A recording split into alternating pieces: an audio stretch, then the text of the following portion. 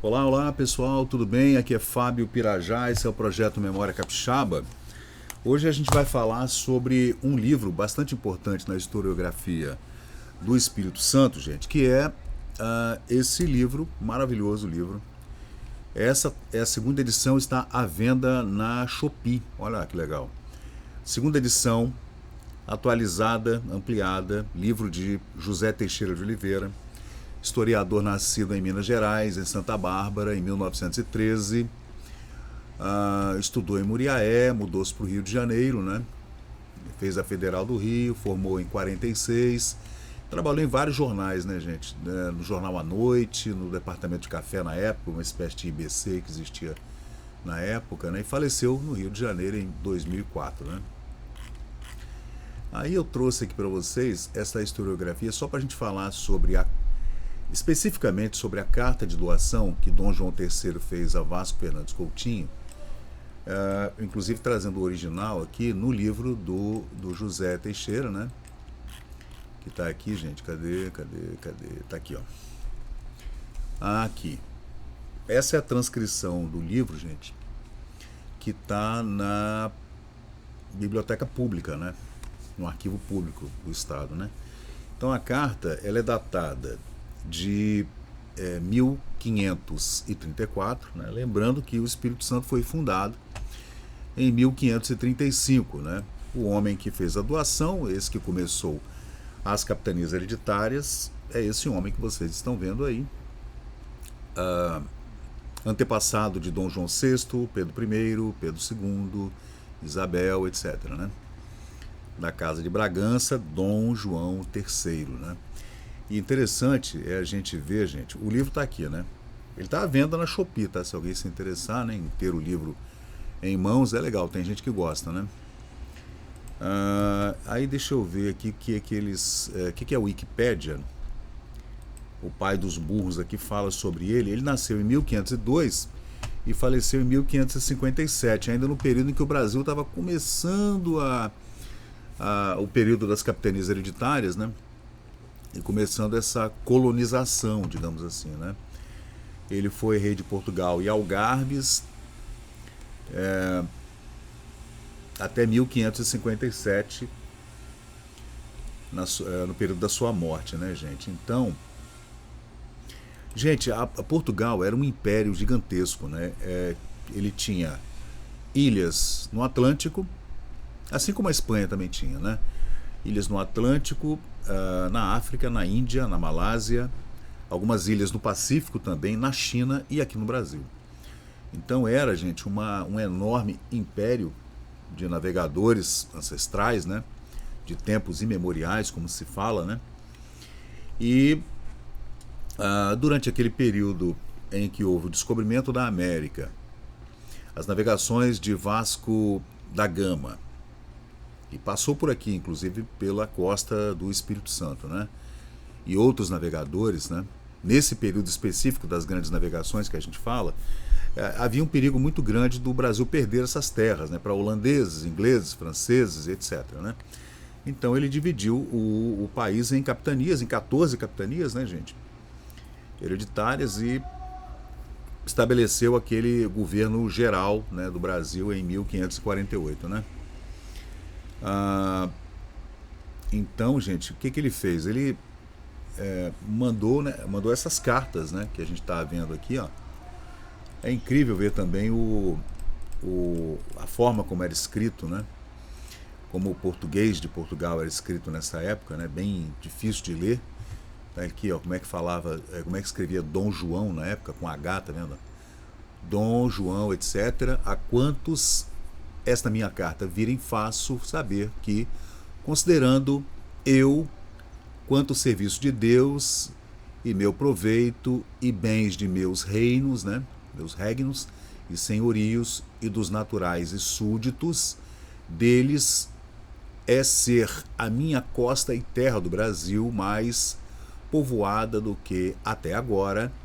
Foi assim, pera-se nela haver de celebrar o culto e ofícios divinos, e se ensalçar, caramba, ó, a nossa santa fé católica, com trazer e provocar a ela os naturais da dita terra, infiéis e idólatras, como por o muito proveito que se seguirá aos meus reinos e senhorios e aos naturais e súditos dele, de se a dita terra povoar e aproveitar, ou por bem de a mandar repartir e ordenar em capitanias e etc. Gente, é difícil de ler, mas dá para entender. É ruim de ler, mas dá para entender. Cadê? Dom João está aqui, né, gente? Dom João III. Aí tem uma ótima foto também do Vasco Fernandes Coutinho, que é o donatário, né, gente? Essa foto eu peguei, ampliei, melhorei, modifiquei, joguei para inteligência artificial e ela ficou bem boa, né? Então vamos lá.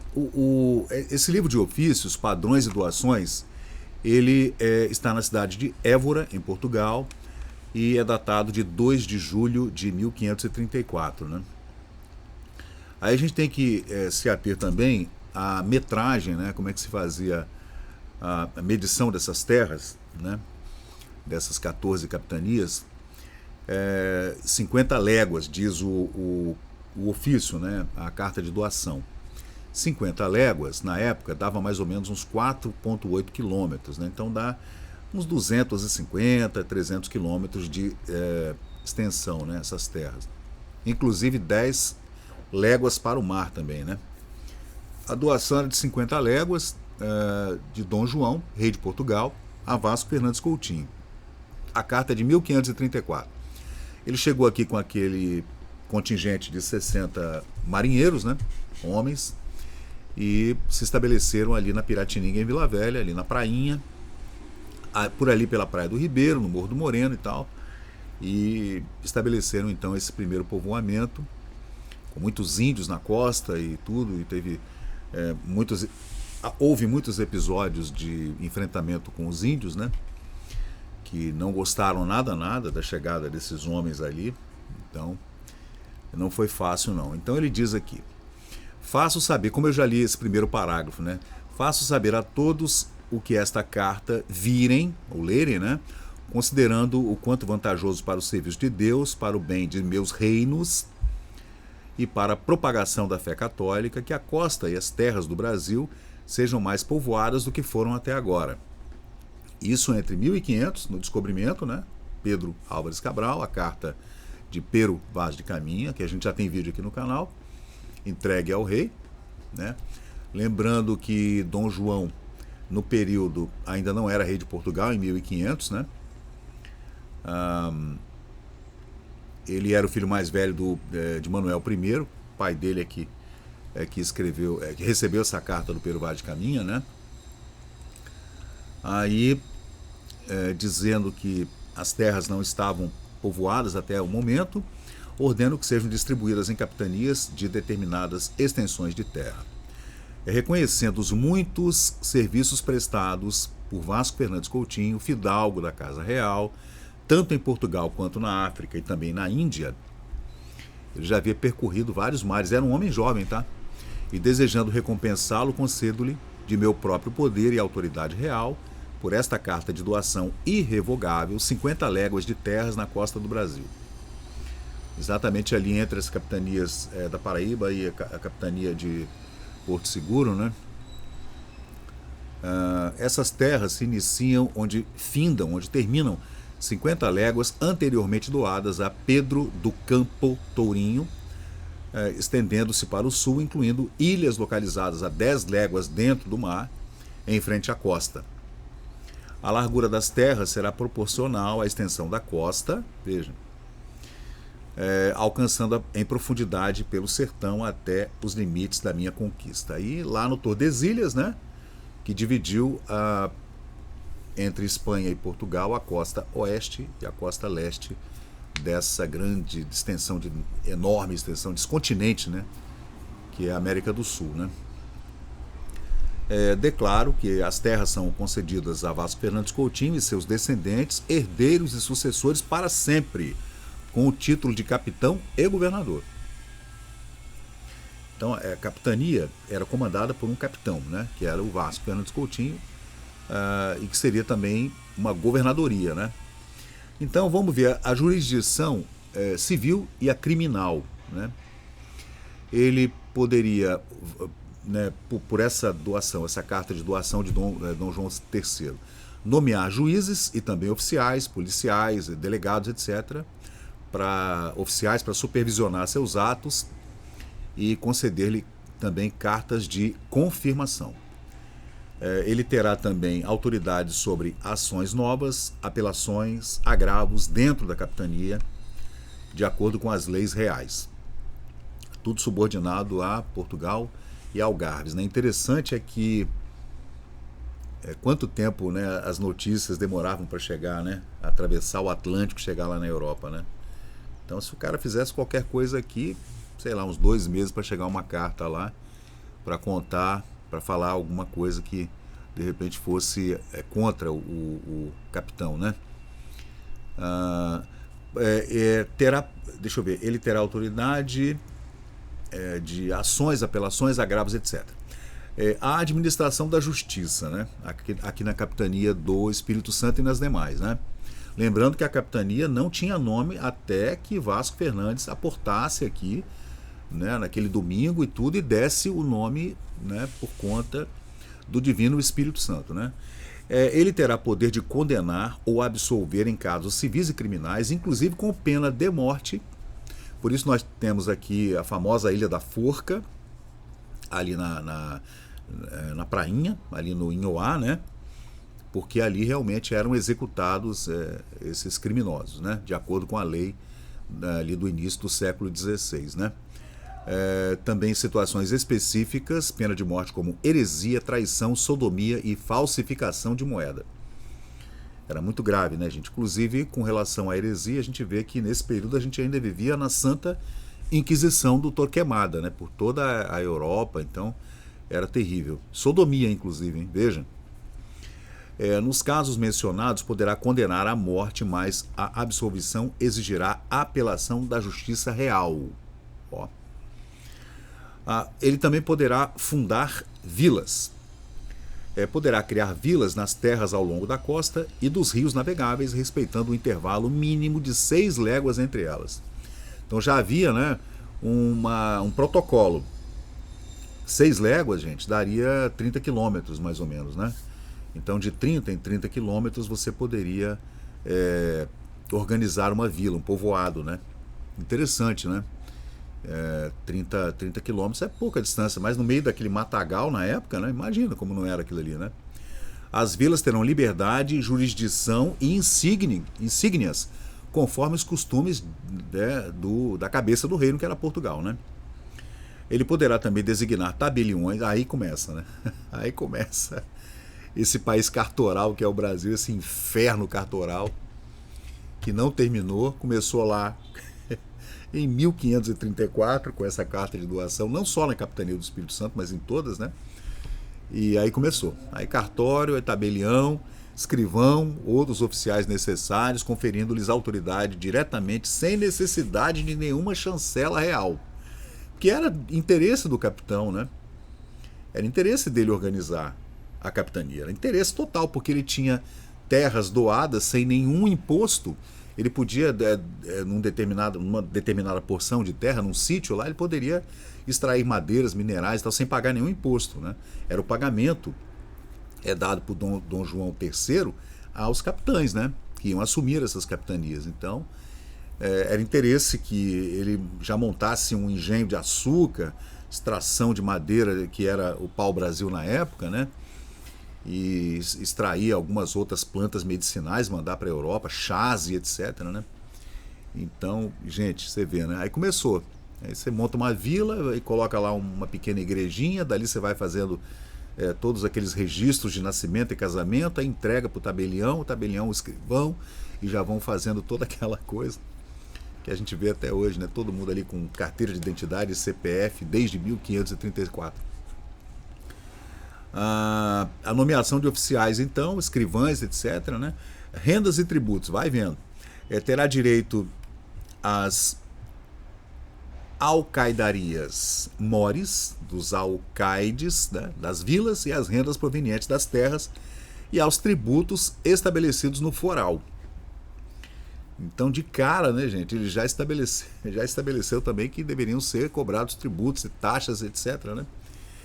E aí, os engenhos e as moendas terá exclusividade para estabelecer engenhos, marinhas de sal. Ah, o sal também era extraído, né, gente? Não só os engenhos de açúcar para fazer a cachaça, extrair os caldos, né, fazer os doces e tudo, né? Também a extração de sal, né?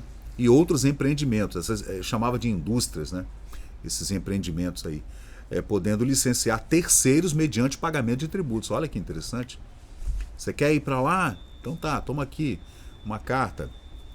Tem aqui um foral, você vai lá, monta lá com sua trupe, com seus escravos e com seus índios e amigos e família, você monta lá uma plantação e um engenho, né? E começa a pagar os tributos aqui, está terceirizado, né?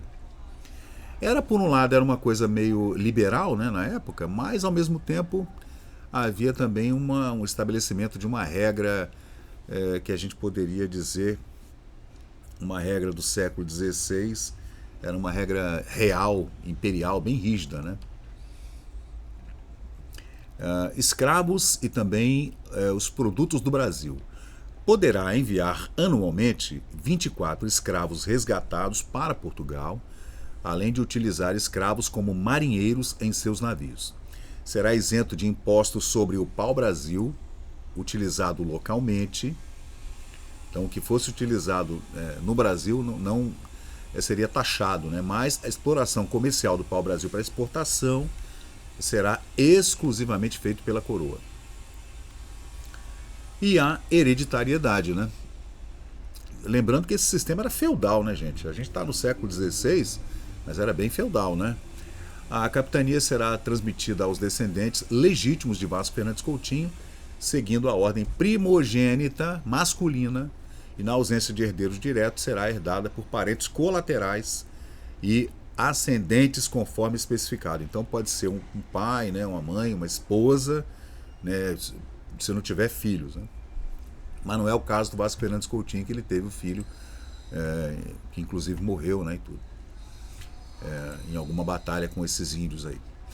Essa doação é concedida sob as condições estabelecidas nesta carta e no foral da capitania, com todas as liberdades, direitos e deveres nela descritos, né? Que este título sirva para provar para Vasco Fernandes Coutinho e seus descendentes como legítimos capitães, governadores da capitania do Espírito Santo. Carta feita em Évora os 2 dias do mês de julho de 1534. Aí deixa eu ver se tem mais alguma coisa interessante aqui que a gente pode trazer. Dom João III, rei de Portugal. Então, nesse período, gente, é interessante, né, que o Brasil começou a exploração da costa e também dos sertões, né, das capitanias, de todas elas, né, e é claro também o estabelecimento de portos, né, que era importante para esse tráfego que vinha da Europa e também da África, correspondências e escravos, né, e o que voltava daqui para lá, nessas exportações, né, desses produtos como sal, cana-de-açúcar, açúcar refinado, né, e também as madeiras, né, pau-brasil especificamente. Os temas principais dessa carta são, então, a demarcação das terras e o estabelecimento das vilas, né, os conflitos jurídicos, digamos assim, de jurisdição, a figura do capitão donatário e seus poderes jurídicos, inclusive criminais, etc., né? E também o sistema de apelações e o que mais a gente tem de importante que a gente deveria também analisar a linha do tempo, né, desse documento, né? Se bem que não tem linha do tempo porque ele fala especificamente do ano de 1534, então não tem linha do tempo, né? Então, gente, é isso aí. A gente vê também aqui nesse site, que é o historiacapixaba.com, que é um site muito bem feito, muito legal, gente. O documento original do acervo da Biblioteca Nacional, né? provimentos seculares e eclesiásticos de 1559 até 1577, que estão na Biblioteca Nacional do Rio de Janeiro, publicados em 1937, né? E aqui a gente vê a carta transcrita bonitinha, né? Aqui no historiacapixaba.com, é só entrar e procurar lá a carta de doação a Vasco Fernandes Coutinho, né? E posto que no 10º capítulo desta carta, vamos ampliar aqui, diga que faço doação e mercê ao dito Vasco Fernandes Coutinho de júri e de herdade para sempre da metade da dízima do pescado da dita capitania, tá vendo? Uma 10ª parte do pescado. Ei, por bem, que a tal mercê não haja efeito, nem tenha vigor algum, porquanto se viu que não podia haver a dita metade da dízima por ser da ordem, e em satisfação dela me praz de lhe fazer, como de efeito, por esta presente faço doação, e mercê de júri e de herdade, para sempre da outra metade da dízima do mesmo pescado que ordenei, que se mais pagasse além da dízima inteira, segundo é declarado no fórum da dita capitania, a qual metade da dízima do dito pescado, o dito capitão, e de todos seus herdeiros e sucessores, a que a dita capitania vier haverão, e arrecadarão para si o modo e maneira conteúda no dito foral, e segundo forma dele, e esta postila passará pela chancelaria e será, postila, né? Pela chancelaria será registrada ao pé do registro dessa doação. Manuel da Costa a fez em Évora, a 26 dias de setembro de 1534. Né, gente? Então tem várias coisas aqui interessantes da gente ler, tem palavras que a gente não conhece, que é um português antigo, né? Um português aí do século XV, do século XVI, então, mas dá para entender, Assim, quando você pega uma carta dessa original, a gente tem um pouco de dificuldade de ler no original, né? No manuscrito original, como a carta de Pero Vaz de Caminha, por exemplo, né? Mas depois que se faz a transcrição, né, aí a gente consegue entender, dá para entender. Então é isso aí, pessoal. Esse é o site, né, que eu falei com vocês, né? O historiacapixaba.com. E a gente volta então a qualquer momento com mais pesquisas aqui no canal, falando sobre esse maravilhoso episódio do Tratado de Tordesilhas de 1494, que dividiu a América do Sul entre Espanha e Portugal, e depois o advento das capitanias hereditárias, porque havia uma preocupação imensa com relação à posse dessas terras, né? Dom Manuel e depois Dom João III, seu filho primogênito, rei de Portugal e Algarves, que determinou então que se fizesse essa colonização o mais rápido possível e dividiu, né, o Brasil de norte a sul nessas capitanias hereditárias, né? Gente, é incrível, né? E realmente a gente vê aqui, ó, esse mapa antigo, né, em que a gente vê aqui as capitanias, dá para ampliar bem, tá aqui no Wikipedia também, tá, pessoal? E aqui a capitania de Vasco Fernandes Coutinho, tá vendo? Então tem lá, as capitanias não tinham nome, então eram capitanias nomeadas com o nome dos governadores, né? Tá ali a capitania de João de Barros, né? Lá em cima, no norte do Brasil, nordeste. A capitania de Francisco Barreto, lá no Rio São Francisco. Você vê que os rios serviam também como divisórias naturais, né, gente? A capitania de Jorge d'Albuquerque, lá em cima ainda, antes Sergipe, lá para cima, né? Essa capitania aqui, Itapuã e Porto Seguro, essa capitania, gente, é a capitania de Sua Majestade, como vocês estão vendo aqui, ó. Essa foi a capital onde fica Salvador e tudo, pertencia a Sua Majestade Dom João III. Aqui a capitania de Francisco Giraldes, que é onde está o Porto Seguro, né? A capitania do Duque d'Aveiro. Aqui tem as marcações, né? E a capitania de Vasco Fernandes Coutinho, a capitania de Pero de Góis, lá no Cabo Frio, a capitania de Lopo de Souza, é Lopo mesmo? Lopes de Souza, talvez, né? Não estou conseguindo ler direito aqui. Daí para baixo, até o Rio da Prata, Uruguai, etc., aí já é outra coisa. Depois o Brasil foi, né, expandindo o seu território tanto para oeste quanto para o sul, né? Mas essas são as 14 capitanias originais. Depois é que foi criada a Capitania do Rio, a Capitania de Minas Gerais, que não existiam nessa época, tá? E aqui é a linha de marcação que divide o Tratado de Tordesilhas, né, gente? Então é isso aí, pessoal. Eu sou o Fábio Pirajá, esse é o Memória Capixaba. É mais um vídeo tratando desse assunto, né? Falando de Dom Manoel,